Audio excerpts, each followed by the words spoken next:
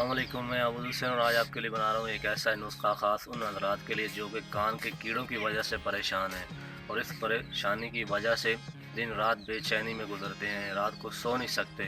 तो उन हज़रात के लिए नुस्खा ख़ास है।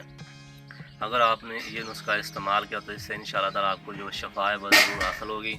तो इसके लिए आपने करना क्या है कि आपने सब्ज़ तंबाकू के पत्ते लेकर उसको पानी में उबाल कर ठंडा कर लें और ठंडा करने पर उसके तीन तीन कतरे जो हैं हर आधे घंटे के बाद इस्तेमाल करें। इससे या तो आपके जो कीड़े हैं वो ज़िंदा बाहर निकल जाएंगे या कीड़े मर कर बाहर निकल जाएंगे। तो आपने इसे इस्तेमाल करना है। अगर आपको ये अच्छा लगा है तो दूसरे लोगों के साथ शेयर करें ताकि और भी जो कि कान के कीड़ों की वजह से परेशान हैं फिर वो इससे सेहतयाब हो जाएं। आने वाले नुस्खे तक के लिए मैं आपसे इजाज़त चाहता हूँ। अल्लाह हाफ़िज़।